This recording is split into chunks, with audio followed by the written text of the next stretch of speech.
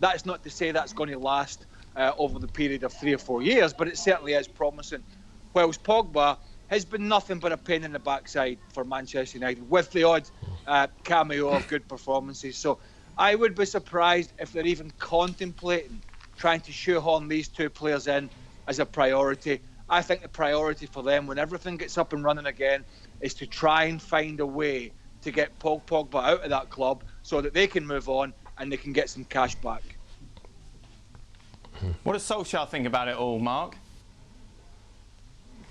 Well, I think Solskjaer's been quite pragmatic about it. I think Fernandes has come in and made it a lot easier for Solskjaer and United to get rid of Pogba this summer. But the situation now with the coronavirus and the way it's affected not just the football calendar but football finances means that United's going to find it really difficult to get rid of Pogba because, Real Madrid and Juventus, the two clubs that are keen to sign him, but both clubs have been absolutely hit hard by the coronavirus. Finances that have been rocked, and who's going to pay what Pogba is apparently worth? If say he's worth £100 million, I mean, I'm not sure he is, but I don't know what the market value is these days, but he'll want a big wage packet. He'll want £350,000 a week, and that isn't realistic now. So I think the problem that United have got is that there may have been a market for Pogba 6 months ago, but now it's going to be so difficult to get rid of him. And I think his contract expires next summer, or certainly he's got an option to be triggered, but his value as an asset is diminishing all the time. So United might lose out on this, and so might Pogba, but Pogba may have to stay, and he won't be the main man. That'll be Bruno Fernandes. I think he's going to have to accept that Fernandes is a hard worker, he's brought inspiration to the team, he delivers, and Pogba is what Fernandes is what Pogba should have been, but it's taken 4 years and not done that. That is a good point, Augie, when you're trying to before sell I let players you go, Craig, now. it's the first time. Sorry, Dan.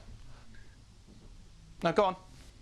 No, but that is a good point about when you're trying to sell players now, with clubs wanting to pay and not having the ability to pay top dollar. But I think it's also a wake-up call. Unfortunately, this pandemic has hit so hard, both obviously from a personal point of view for a lot of people, or thousands and thousands of people, but also a financial point of view for businesses.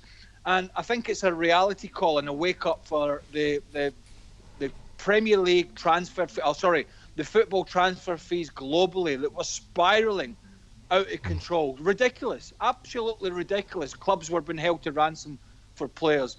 I think that is going to take a very severe downward motion because clubs are now going to have to scale back. And unfortunately, if you're a selling club and trying to get rid of somebody like potentially United are with Pogba, you're not going to get that dollar back.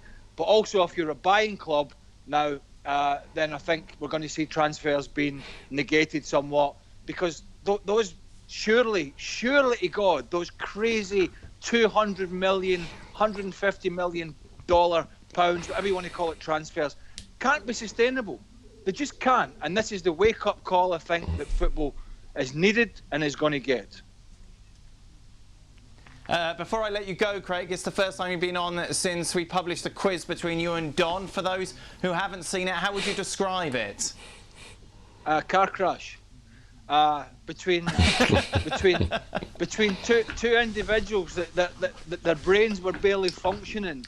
And as you said, we scaled the questions back to a total juvenile scenario, and it was still a struggle. Although, I have to say, some of the questions surrounding memories of games from 20 years ago that we played in is pretty difficult. It's not as easy as you might think. But as somebody said on social media, all you would need to do to beat these two clowns is, even if you've never watched football before, is watch ESPN FC for 4 months and you beat the both of them. That's how easy it is. Simple game for simple people. There you go.